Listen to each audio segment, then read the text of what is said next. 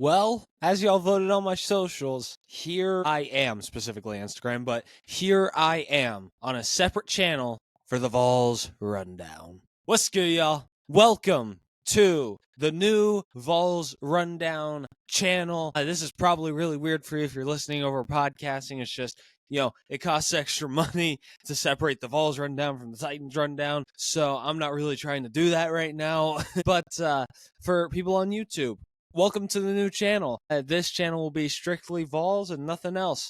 May talk a little bit about what's going on around the college football, basketball, baseball landscape.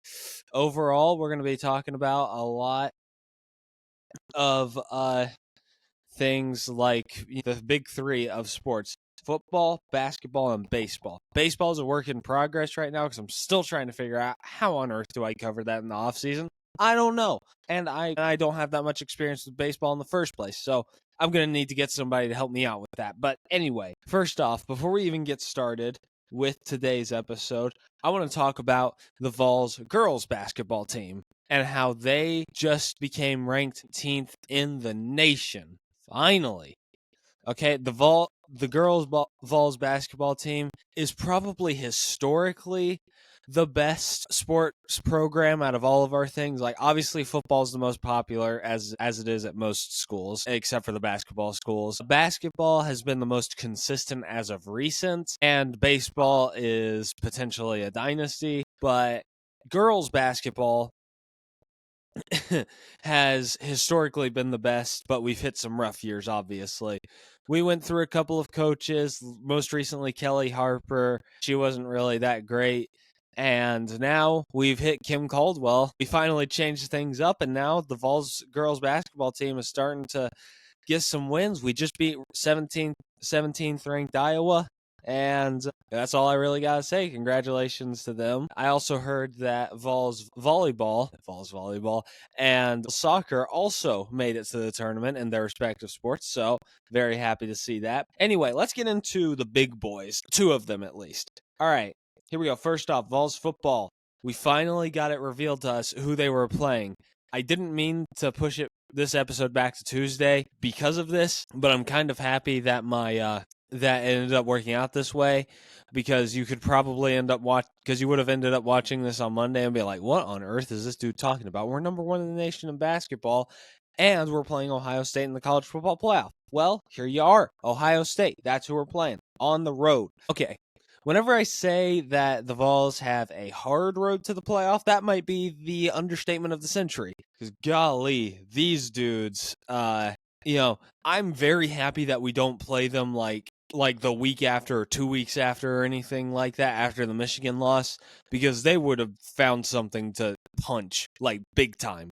But now they're having a couple of weeks to cool off from that Michigan loss, and Ryan Day, he's going to be coaching for his job in this game. Let's be real. Like, if he loses to us, he's getting fired. Not saying that means that it's so horrible to lose to us. It's just Ryan Day, like, he's been underperforming with his talent. He's had consistently great football teams, but hasn't been able to take them further than the first round of the college football playoff. Actually, he made one national championship and got completely obliterated in it by Bama, which, okay, fair enough. You get obliterated by Bama that year. That makes sense. But still, even then, it was a weird year. So, like, I don't know if that counts. No, I'm kidding. But anyway, Ohio State, oh man, this game's going to be tough. I ain't going to lie. So here's the thing. If we win, it's going to be because of coaching and our defense. Here's the thing. If we're going to win this game, Josh Heupel needs to do what most people in Knoxville and some people in national media are expecting him to do, and coach absolute circles around Ryan Day. I mean, just do everything that you can to make sure that they do not have room to breathe with the coaching staff. Absolutely lock everybody up and all that stuff. Speaking of lock up, the defense has got to come through big. This is a good football team, okay? Jermon McCoy, he's already locked down one freshman phenom for a different school. Now it's time for him to lock down another in Jeremiah Smith.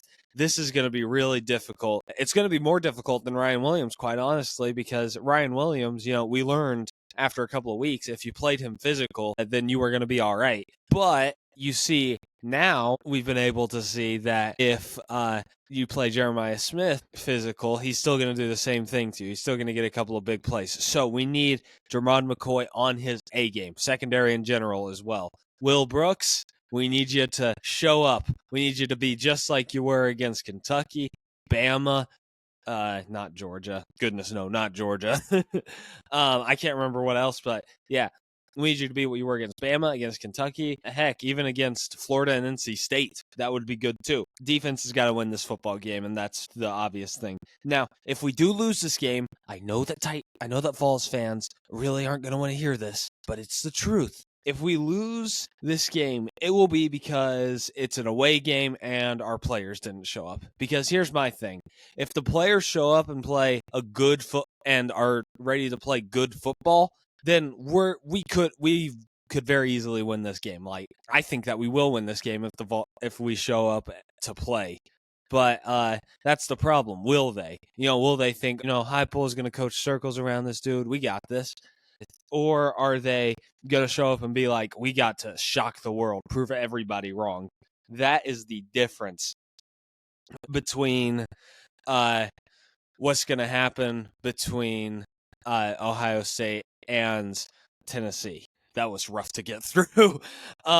Anyway, so Ohio State is not well coached. That's obvious enough. But again, I know I'm restating this, but we can't let our players just not show up because they think Heupel is just going to outcoach Ryan Day or anything.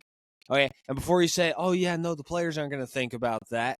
They're not robots. They aren't put up out on that football field once every week on Saturday and then put back into some little department, even though it could be at some time in the future they could be robots, but we don't want to get into that dark reality. They're obviously still going to listen to the media. Like, it's so obvious that they're going to do something like that. Like, they are going to hear all this stuff about, like, Josh Heupel is a significantly better head coach than Ryan Day, and then they'll be like, oh, yeah, big deal. But we can't go into the game with this mindset. But anyway, but we've also got to talk about the road because, like, Heupel, we love Heupel, obviously, okay? He's probably one of the best head coaches in the SEC right now, maybe in the nation. But here's his problem, road games. Dude cannot win a road game for the life of him unless it's like at NC State. Don't even tell me that was a neutral site game. It was a game against a team in North Carolina. Like, that's like saying that if we did go to the Rose Bowl to play Oregon, that would be a road game for both teams. We're playing a team in the West. Like, oh, man, yeah, no, again, it's a hard path after this, even if we do win. But, the road environment is obviously going to be tough. I mean, that's the reason that we probably lost to Arkansas, part of it at least. But the truth is, right, I feel like that earlier on in the season when we played Arkansas, it didn't really feel like that we were completely ready yet. Not as in, like, ready for Arkansas. Like, we still should have won that football game. But, like, it definitely felt like that we were still a work-in-progress football team. That was the truth because, Nico hadn't really come into his own yet. Defense wasn't really, doing anything spectacular just yet. Like, they were still really, really good, but, like, it was the Bama game where I was just thinking, yeah, that's an elite defense, But, man, such a good football game that was, NC State specifically, and Alabama. Oh my gosh, Alabama. What a great football game. But I'm getting carried away. Got to show up on the road, obviously. That's really all I got to say about that. Okay, next thing. Oh, man. We got to destroy Will Howard. Light this dude up. Make him to where he can barely even throw the football. Like, I remember there was a little stretch of time where we were injuring everybody's starting quarterback.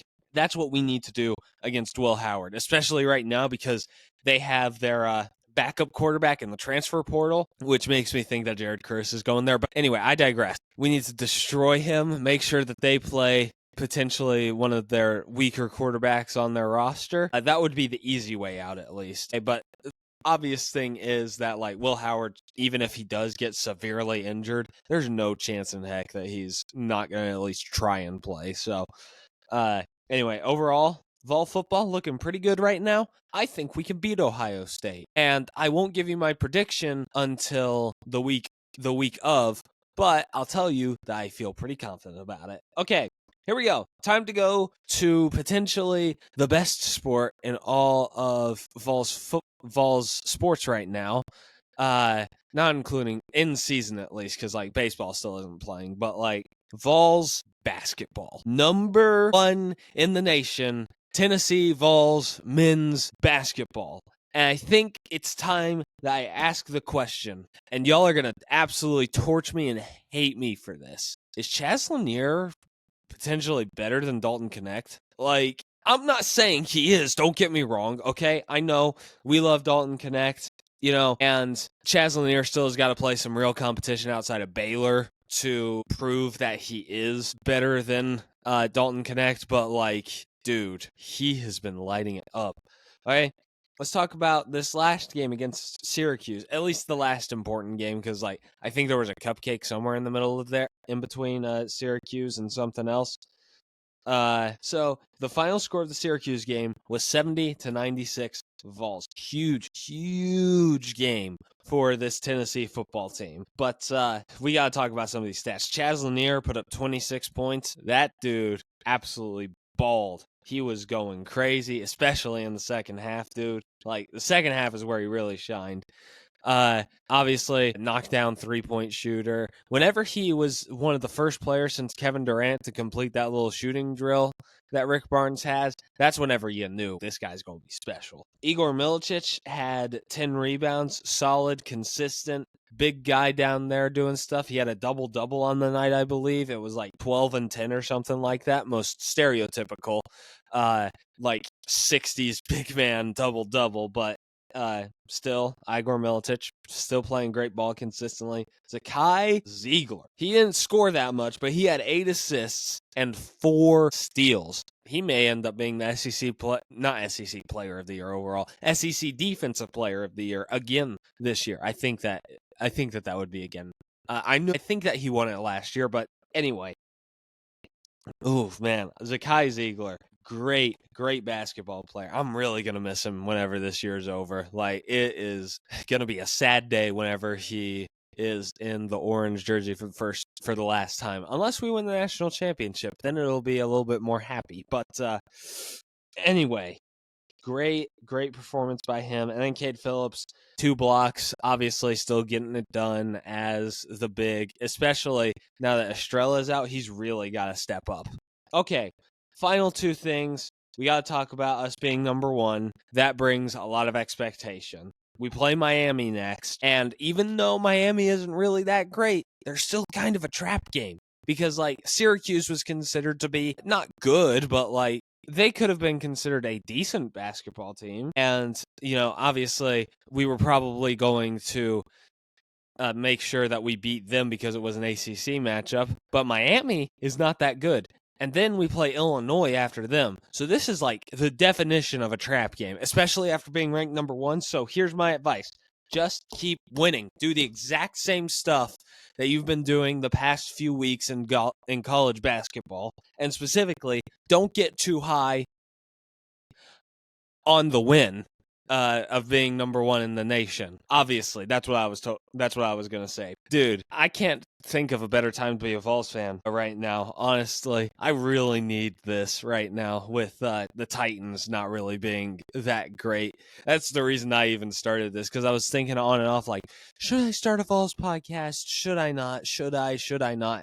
And then they played football, and I was just like, yeah, the Vols rundown sounds pretty good to me. But, okay, again, don't get too high on the Tennessee basketball win. Go all out, beat Miami, especially go beat Illinois. That would be huge. And that's really all I got for this entire episode, quite honestly. So, sorry, again, still no Vols baseball coverage. I'll get that done. I promise you that. But that's really it for today's episode. So, anyway, that's going to do it all for me. Oh, wait, hold on. I have Instagram and Twitter right now. I don't have TikTok yet. I'll get that set up. Hopefully, I'll get that set up. But I have Instagram and Twitter under the Vols Rundown. The links will be in the description. Y'all can go follow those if y'all want to. And that's really all I got. So anyway, that's going to do it all for me. This has been a rundown of your Tennessee Vols. I love y'all. and go Big Orange.